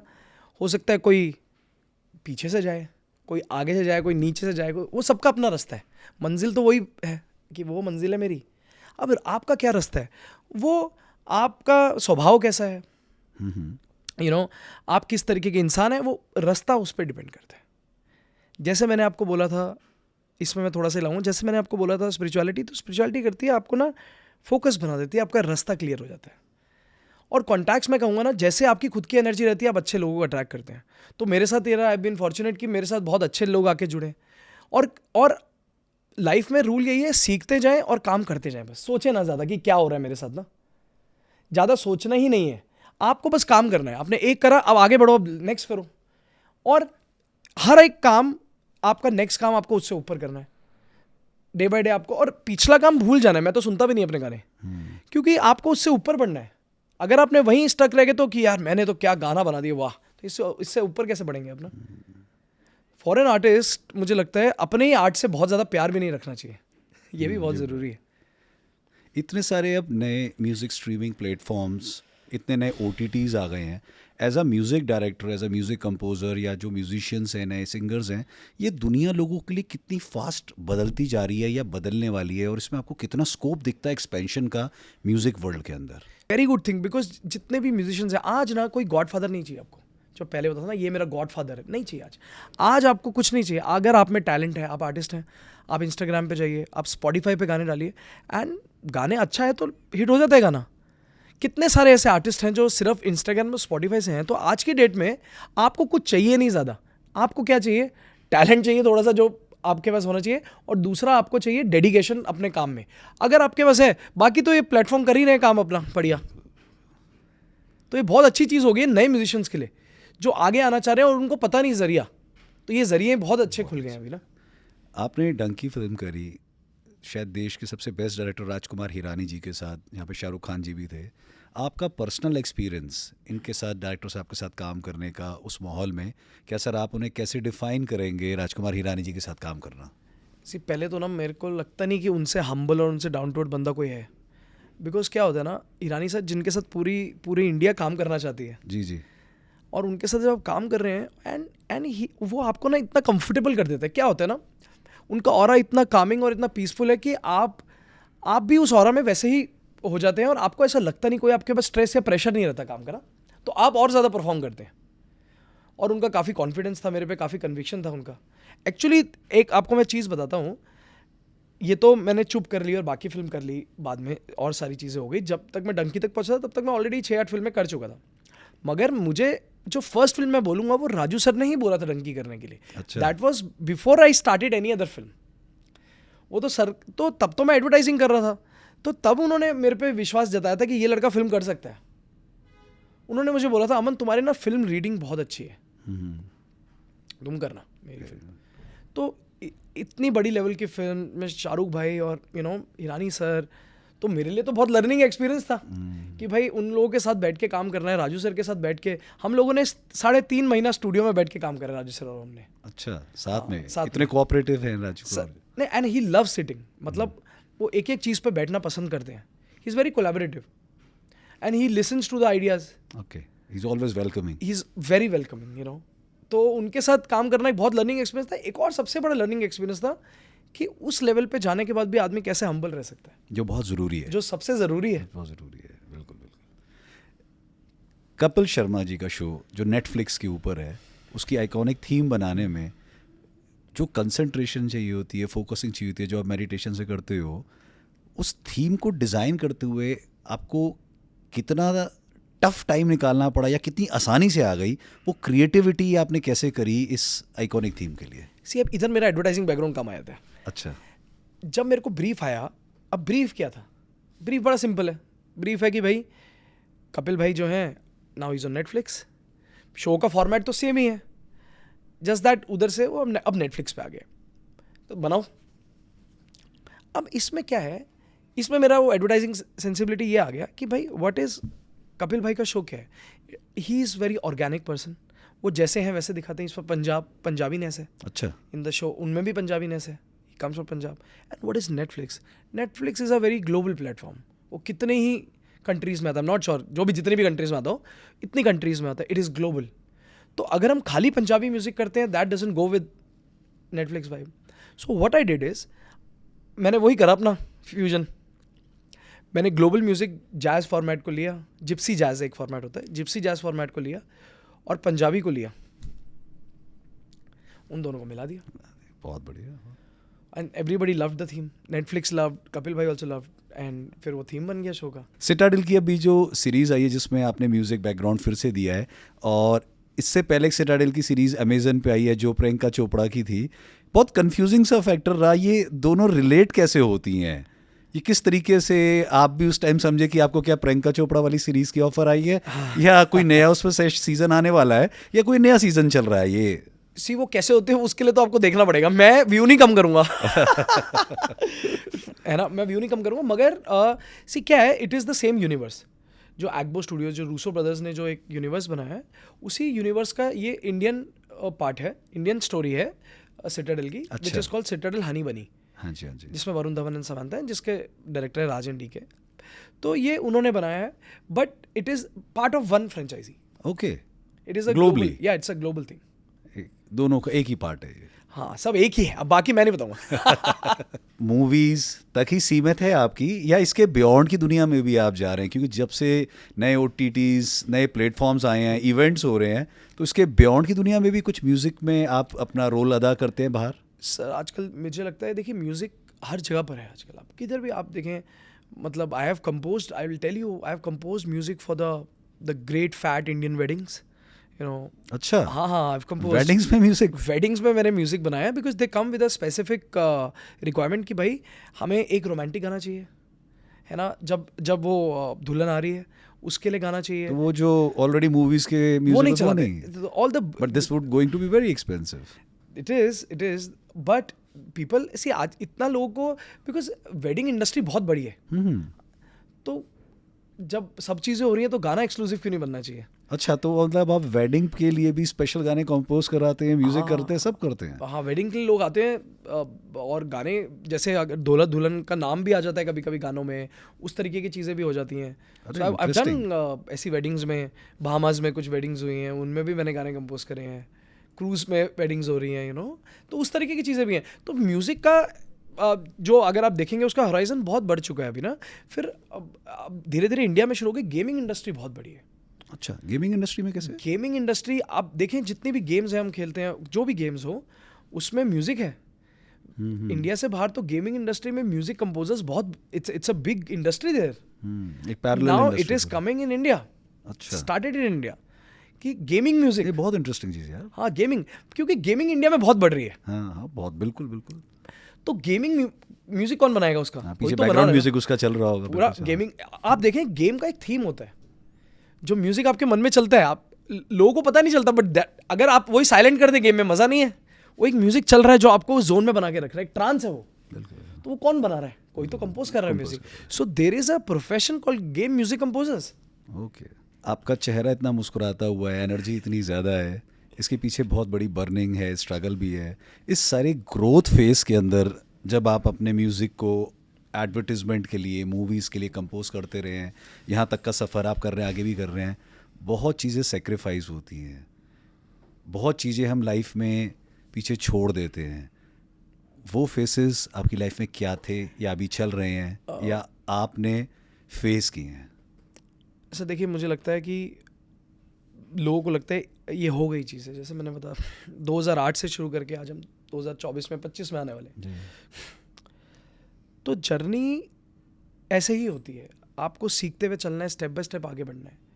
बट जैसे मैं आपको बताऊंगा, जब आई हैव 2 किड्स, तो जब मेरे बच्चे जैसे बड़े हो रहे थे, अभी मेरी डॉटर 10 साल की है and my son is 8, but when they were young I could not spend much time with them. मतलब early times. It's a regret, but अभी कुछ नहीं कर सकते ना. That time I was mostly in the studio. मैं मतलब 2-2 महीने घर नहीं आता था. अच्छा. बिकॉज द वर्क, तब आपको आ रहा है कि काम आ रहा है, आप कर लो, है ना. तब आने लग गया था, काम होने लग गई थी चीज़ें. सब हो रही हैं, मैं घर ही नहीं जा रहा, स्टूडियो में हूँ, बच्चों के साथ टाइम ही नहीं स्पेंड। तो अभी कोशिश करता हूँ कि बच्चों के साथ टाइम स्पेंड करूँ, बट जो तो ये सैक्रिफाइस, इससे बड़ा सैक्रिफाइस क्या हो सकता है? वाइफ के साथ टाइम नहीं स्पेंड करा उस टाइम पे, but she was very supportive कि शी ऑल्सो अंडरस्टूड कि you know is busy in composing. क्योंकि देखिए आसान नहीं है, आप ऐड का म्यूज़िक बना रहे हैं, साथ में कुछ और म्यूज़िक बना रहे हैं, ये क्लाइंट, इसमें क्लाइंट हैंडलिंग भी है, आप क्लाइंट से बात भी कर रहे हैं, आप ब्रीफ्स भी ले रहे हैं, ये भी है, बहुत सारी चीज़ें हैं। फिर आप ये नहीं, आपने एक बारी म्यूज़िक बनाया, आप क्लाइंट कहता नहीं बढ़िया नहीं लग रहा, आप लड़ोगे तो नहीं ना, मतलब यू कैन से नहीं लग रहा, and they also can't tell because they are not musicians, they will not say कि यार आप एक काम करो, ये सी माइनर की जगह ना आप एक काम करो बी फ्लैट लगा दो, ये तो नहीं बोलेंगे वो बोलेंगे यार मज़ा नहीं आ रहा है। अब मज़ा नहीं आ रहा को डिकोड तो आपको ही करना पड़ेगा, वो एक अलग टैलेंट है कि आपको डिकोड भी करना है गेम, वो सिग्नल जो वो भेजते हैं अपने अतरंगी लैंग्वेज में, उसको आपको म्यूजिकल लैंग्वेज में भी तो बिठाना है कि वो क्यों मज़ा नहीं आ रहा है उनको, फिर आपको दूसरा म्यूज़िक भी बनाना है तो उसमें भी टाइम जाएगा। तो बहुत सैक्रिफाइसेस हैं। हेल्थ भी मेरी बीच में बहुत ख़राब हो गई थी, वो भी सैक्रिफाइस है कि आपने हेल्थ पे ध्यान नहीं दिया, आप काम ही करते रहे। बिल्कुल बिल्कुल। आपने दिल्ली भी काम किया है, दिल्ली भी आपका सेटअप है, आपका बॉम्बे भी सेटअप है। आपने दिल्ली और बॉम्बे की अप्रोच में, लोगों के माइंडसेट में, प्रोफेशनल एटीट्यूड में क्या डिफरेंस देखा है, और कितना लेबोरियस काम किया जाता है, कितना टाइम फैमिली को दिया जाता है, कितना वर्क एथिक्स होता है, कितना वर्क के लिए लोग प्रोफेशनल होते हैं, ये क्या डिफरेंस आपने देखा दोनों एरियाज में? मुझे लगता है कि क्या है, हर एक जगह का ना अपना एक कैरेक्टर है ना। दिल्ली का एक अपना कैरेक्टर है, एक एजीनेस है, दिल्ली के लोग स्ट्रीट स्मार्ट है ना, मगर मुंबई में प्रोफेशनलिज्म है, मुंबई में वर्कहॉलिक है लोग, मुंबई में जो काम के प्रति जो एक आप कह सकते हैं पैशन बहुत ज़्यादा है। क्या है ना सर, मुंबई एक ऐसी जगह है जहाँ पर लोग ना भाग रहे हैं, काम कर रहे हैं, लगे हुए हैं, और कहते हैं ना मुंबई सोता नहीं है। अक्सर यही सुना जाता है। वो मैंने करा है बहुत साल, और अभी भी कर ही रहे हैं। वैसे तो क्लाइंट रात को 2 बजे कॉल करता है कि सुबह 10 बजे प्रेजेंटेशन है, म्यूज़िक चाहिए, तो आपको सिंगर भी चाहिए, आपको म्यूजिशियन भी चाहिए, म्यूज़िक बनना है पूरा। आप देखिए ये भी बात है, म्यूज़िक बनना है पूरा, सुबह 10 बजे म्यूज़िक चाहिए, और उनको पता है कि भाई इस बंदे को बोल दिया है तो जब हम सुबह उठेंगे तो हमारे पास आ जाएगा म्यूज़िक, और वो होता भी है। तो फिर ये माहौल तो आप ही देते हैं ना? नहीं, मैं भी ऐसा, मैं ये नहीं बोल रहा कि मैं ही उगा लिया, ऐसा नहीं है। बट देखिए, आपसे मतलब मेरा यही है कि हम जैसा माहौल लोगों को देते हैं कि हम 24/7 अवेलेबल हैं, तो लोग 24/7 हमें यूज़ भी करते हैं। तो ऐसा इसलिए तो शायद बना है कि मुंबई कभी सोता नहीं है। हम आज संडे के दिन मैंने देखा लोग काम कर रहे होते हैं, तो अपने आप ही फैमिली और मी टाइम सब चीज़ें ख़त्म हो जाती हैं लाइफ के अंदर। तो ऐसा क्या है, पैसा कमाने के बाद भी, सब करने के बाद भी लोग इतने वर्कहॉलिक हैं कि वो 24/7 रात को 2 बजे भी, जैसे आप बता रहे हैं, मैसेज आ रहा है, हम उन्हें डिलीवर दे रहे हैं। ये आपकी तरफ से फ्रीडम है या लोगों की अनड्यू एडवांटेज है, या ये पैटर्न ही बन चुका है? सर इसमें क्या है ना, हम इनसिक्योर लोग हैं ना। प्रॉब्लम क्या है, हमारी इनसिक्योरिटी है कि भाई अगर ये काम हमने छोड़ दिया तो कोई और ले लेगा। तो सर इनसिक्योरिटी है किस बात की? सर क्या है, अभी इसमें इनसिक्योरिटी किस बात की होती है मैं आपको बताता हूँ। आप अगर आप इंडियंस देखोगे ना, हम लोग क्या, हमारे फोरफादर्स क्या है भाई, रोटी कपड़ा मकान मिल जाए बस यही है। हाँ। आधी जिंदगी तो हमारे देश में रोटी कपड़ा मकान का ही गेम है ना। और वो मिल भी जाता है, उसके बाद भी इनसिक्योर रहते हैं। भाई रोटी भी आ जाती है, कपड़ा भी आ जाता है, मकान भी आ जाता है, बेसिक लेवल के बाद लग्जरी भी ले लेते हैं, लेकिन स्ट्रगल वही रहती है जो पहले दिन रात को 2 बजे भी काम लेने को तैयार है, आज भी सक्सेस के बाद भी लेने को तैयार है। नहीं सर, क्योंकि ना ये इंडस्ट्री ना कैसी है मैं आपको बताता हूँ। ये इंडस्ट्री वैसी है कि आज आपने कर दिया काम, मगर अगर को सस्टेन करना है कल आपको दोबारा करना पड़ेगा। एज एन आर्टिस्ट आपको रोज काम करना ही पड़ेगा सर। तो सर एक डिसिप्लिन में भी तो काम होता है ना सर? नहीं वो अभी करेंगे उसकी काम भी तो सर सभी करते हैं ना सर। उसकी भी कोशिश करेंगे। बट मैं आपको वैसे बता रहा हूँ कि एक सिटी का जो एक वाइब होता है, या सिटी का जो एक तरीका होता है, वो तरीका ऐसा बना हुआ है, संडे छुट्टी नहीं लेते लोग। क्यों नहीं ले रहे? आप बोल दो संडे, अरे संडे छुट्टी लोगे यार, तो आपको ऐसे सरप्राइज की नजरों से भी देखते हैं कई लोग कि अरे संडे, भाई मंडे ले लेना। मतलब वैसा है कि लोग संडे छुट्टी भी अगर आप लोगे तो उसमें कि लोग आपको बोलेंगे अरे भाई ये क्या हो गया, कोई पागल है क्या।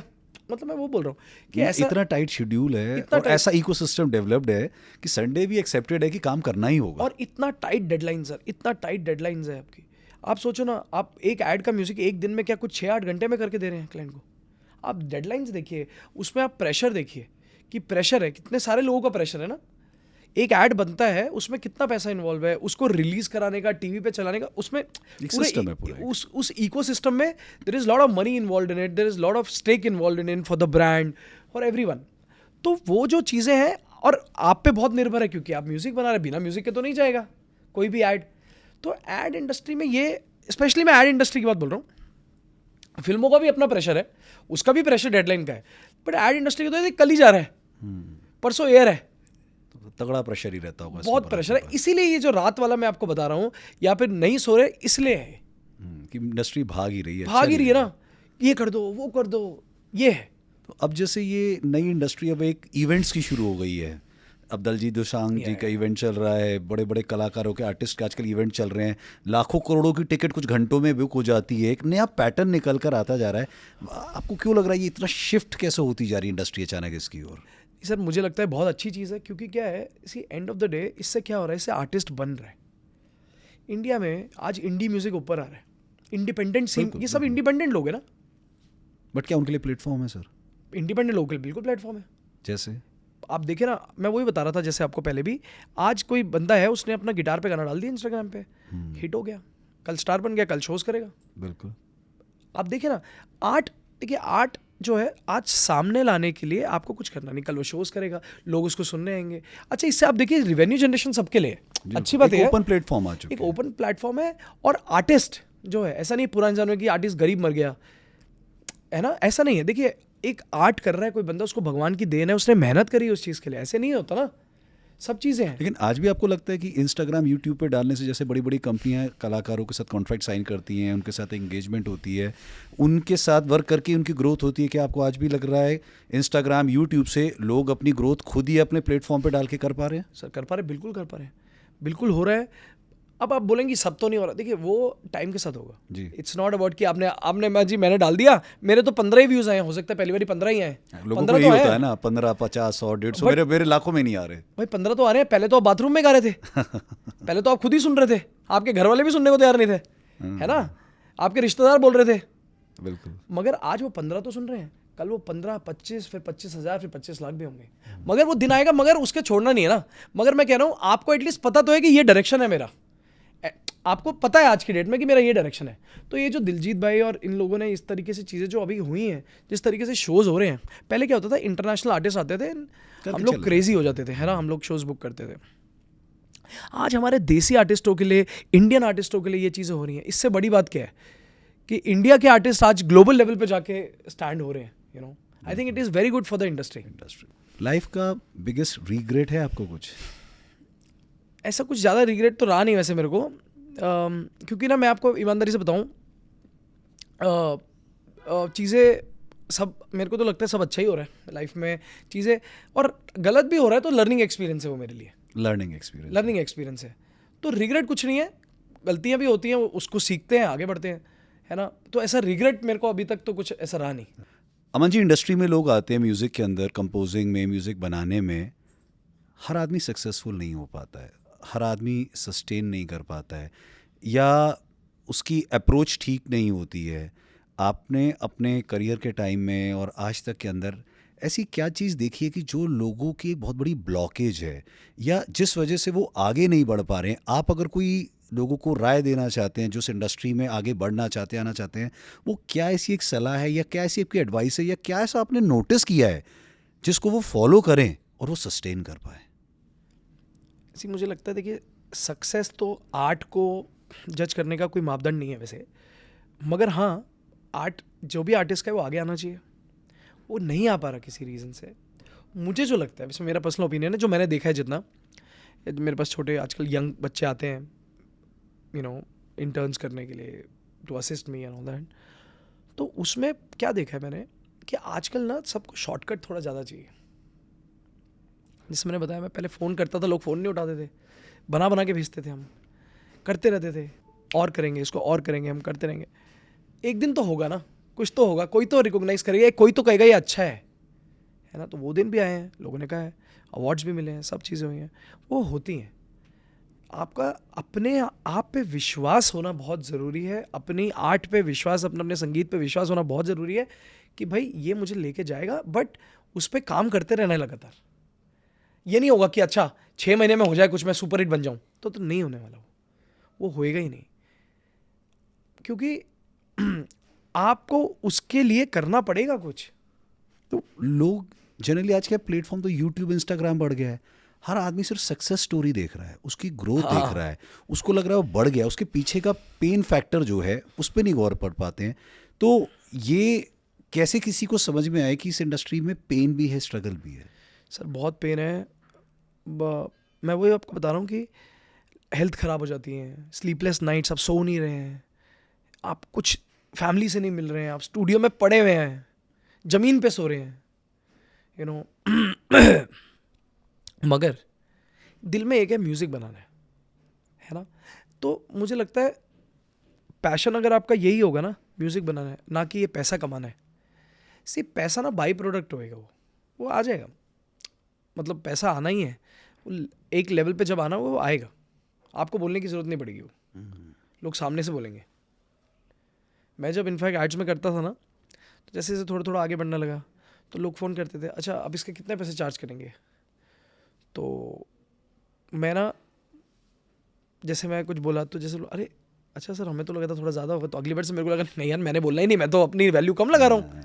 तो पीपल यूज टू से कि इतना पैसा लो, तो मुझे लगता है कि लोग आपकी वैल्यू अपने आप लगा देते हैं कि आपका क्या वैल्यू है, करेक्ट मगर उस तक आपको पहुंचना पड़ेगा, उसके लिए कुछ करना पड़ेगा।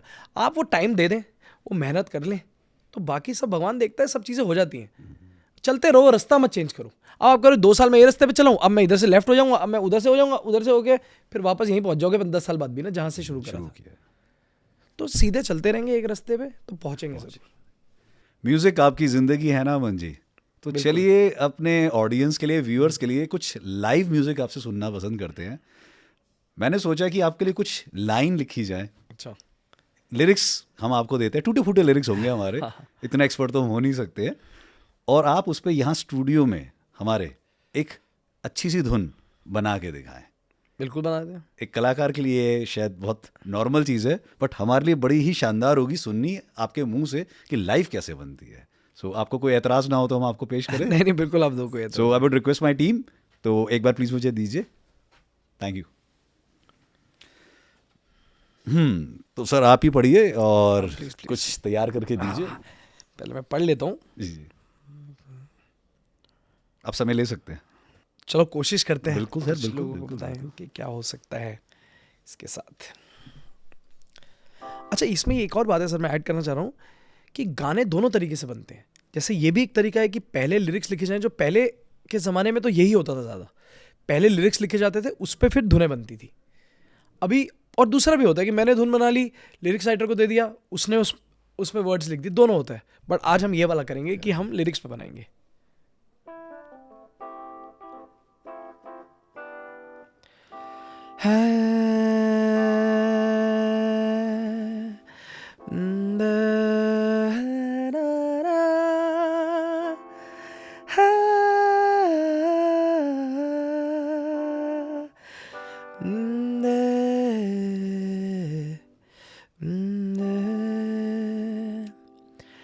खोया कहाँ है खोया,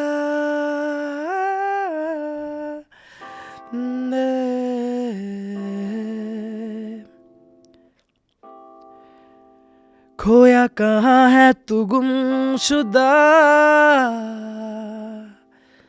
रोया अचानक से आसमां, ये आंसू भी बूंदे बन बहते हैं, डूबा समा है जो तू न था, जो तू ना रहा तो दिल ये मेरा है खोया कहाँ, तू है कहाँ, हाँ हाँ, तू है कहाँ, हाँ हाँ, तू है कहाँ, मेरी जान तू है कहाँ, ढूंढूं मैं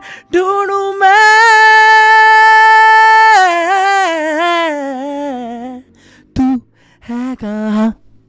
क्या बात है सर, क्या बात है, आपने तो बना दिया सर, बहुत बढ़िया। मैं उम्मीद करता हूँ आप हमारे इस आउटलुक मैटर्स के शो पे, जो वॉक टॉक रेडियो के द्वारा स्पॉन्सर्ड है, इस गाने को कुछ तैयार करके आप हमारे लिए स्पेशल जरूर बिल्कुल सर, ये इधर ही बना है, इधर ही हुआ है, तो इसको बिल्कुल तैयार करके। बिल्कुल बिल्कुल, हमने 4-5 शायरें लिखी थी, आपने खूबसूरती से बनाई, तो एक खूबसूरत सा सॉन्ग हमें बना के इसके ऊपर दीजिए सर। बिल्कुल, बहुत बढ़िया, हम प्रमोट करेंगे इसे, Absolutely, डालेंगे। तो अमन जी, कोई ऐसा सॉन्ग जो आप बचपन से या अपनी जवानी में सुनते आए हैं और जिसको सुन के हमेशा आपके मन में ये प्रेरणा आई, यार मुझे भी गाने गाने या मुझे इसके लिए म्यूजिक कंपोज करना है, कोई ऐसा नया पुराना सॉन्ग जो आपके माइंड में हो, चाहे वो ओल्ड 70s में हो, 80s में हो, I would love that you share it to our viewers and audience in your voice, in your style. एक रफ़ी साहब का गाना है जो ऐसे तो बहुत सारे गाने हैं, मगर एक जो गाना काफ़ी करीब रहा है मेरे, और रफ़ी साहब तो खैर पूरे इंडिया क्या पूरे ग्लोबली बहुत लोग इंस्पिरेशन रहे बिल्कुल, बिल्कुल। एंड उनका एक गाना है लिखे जो खत तुझे। हाँ, क्या खूबसूरत सॉन्ग है सर, बहुत खूबसूरत। तो उनके जैसा तो नहीं गा पाऊंगा, बट कुछ कोशिश कर सकते हैं, है ना? बिल्कुल सर, बिल्कुल।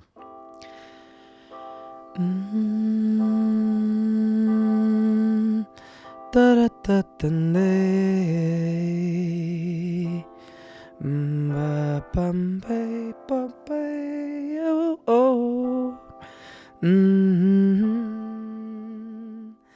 लिखे जो खत तुझे वो तेरी याद में हजारों रंग के नजारे बन गए, सवेरा जब हुआ तो फूल बन गए, जो रात आई तो सितारे बन गए, लिखे जो खत तुझे आरंदे नेरंदे ओ ओ नन्नारंदे ओ ओ दन्नारंदे ओ ओ पम्मारम पा पा पा पा पा, कोई नगमा कहीं गूंजा, कहा दिल ने कि वो आई, कहीं चटकी कली कोई, मैं वो समझा तो शर्माई, कोई बिजली डाड़ा रा रा रा रा लगा के जुल्फ लहराई, लिखे जो खत तुझे वो तेरी याद में हजारों रंग के नजारे बन गए, सवेरा जब हुआ तो फूल बन गए, जो रात आई तो सितारे बन गए, लिखे जो खत तुझे हे हे हे हे लिखे जो खत तुझे। क्या बात है सर, क्या बात है, बेहतरीन सर, बेहतरीन बेहतरीन। Thank you. Aman ji, thank you so much. जाते जाते आप हमारे व्यूअर्स को, ऑडियंस को, जो म्यूज़िक के लिए बहुत डेडिकेटेड है, जो अपनी सारी ज़िंदगी म्यूज़िक पे देना चाहते हैं, आगे प्रैक्टिस करना चाहते हैं, आगे आना चाहते हैं, माइट भी लोगों को प्लेटफॉर्म तो अब मिल जाता है, लेकिन वो मोटिवेशन, वो गाइडेंस नहीं मिलती है उसको सस्टेन रखने की। उस लिहाज पे आप लोगों को, अपने व्यूअर्स को और अपने इवन फैंस को क्या सलाह देना चाहेंगे जिससे कि वो इसको आगे बढ़ा पाएं और अपनी मंजिल तक बेझिझक, बिना किसी डर के पहुंच पाएं? इसी मुझे क्या लगता है कि सबसे इम्पॉर्टेंट ये चीज़ है इसमें कि जैसे मैंने आपको पहले बोला, अगर आप मिल जाएंगे ना म्यूज़िक में, आप बाकी चीज़ सोचेंगे नहीं, आप चलते जाएंगे। मंजिल तक तो पहुंचना ही है, और आप पहुंचेंगे ज़रूर, सब पहुंच सकते हैं मंजिल तक, कोई उसमें मुश्किल ही नहीं है। मुश्किल आपको लगता है कि भाई सफ़र तो देखिए, मज़ा मगर सफ़र का ही है, याद सफ़र ही रहता है कि सफ़र में क्या हुआ था। हम कभी नहीं बोलते मंजिल पे पहुंचने का, मज़ा उसी का ही है जो जर्नी है। So the enjoy the journey, everything is a learning experience. मैं यही बोलूँगा, चाहे वो अच्छा है चाहे वो बुरा है, सब कुछ आई थिंक लाइफ में एक लर्निंग एक्सपीरियंस है। उसको अगर आप देखेंगे कि भाई ये तो लर्निंग एक्सपीरियंस है, उसकी तरह लेके आगे बढ़ें तो सब सही है। स्ट्रगल कुछ नहीं है, आप सीख रहे हैं, आप ये देखें हम कुछ सीख रहे हैं नया इससे। अगर आप वो एटीट्यूड से आगे चलेंगे, कुछ नया सीख रहे हैं, तो स्ट्रगल नहीं लगेगा, वो एक लर्निंग एक्सपीरियंस लगेगा। नॉलेज गेन करते हुए चलें आगे, तो सब आसान ही है। Thank you so much Aman ji. तो ये आप देख रहे थे अमन जी को हमारे साथ, जिन्होंने बहुत अर्ली स्टेजेस में अपने चाइल्डहुड में ही अपने विजन को और अपने प्रोडक्ट को, अपने कंटेंट को और अपने कॉन्सेप्ट को क्लियर कर लिया था। और उनकी एक ही चीज़ थी, डेडिकेशन। उनका जो आउटलुक था वो बहुत क्लियर था अपनी लाइफ के लिए कि मुझे म्यूज़िक के अंदर ही आगे बढ़ना है। तकलीफ़ें आई, दिक्कतें आई, बट वो कभी रुके नहीं। उन्होंने उस म्यूज़िक को एडवर्टाइजिंग की दुनिया में यूज़ करके एडवर्टाइजिंग को एक नया मुकाम दिया है। उन्होंने उसी म्यूज़िक से फिल्म जगत में, वेब सीरीज जगत में एक नई नई डेस्टिनेशंस को कवर करके, नए नए प्रोजेक्ट्स को डिलीवर करके अपना एक नाम नहीं किया, इंडस्ट्री को भी एक नए नए प्रोडक्ट्स दिए हैं। तो ऐसे ही अगर हम अपने आउटलुक को, अपने नज़रिए को क्लियर रखें, सही लोगों से गाइडेंस लें, तो हम आगे बढ़ सकते हैं बिना किसी रुकावट के। मैं आता रहूँगा आउटलुक मैटर्स पे ऐसे ही किसी ना किसी नए टॉपिक के साथ, किसी ना किसी नए गेस्ट के साथ। थैंक यू, नमस्कार।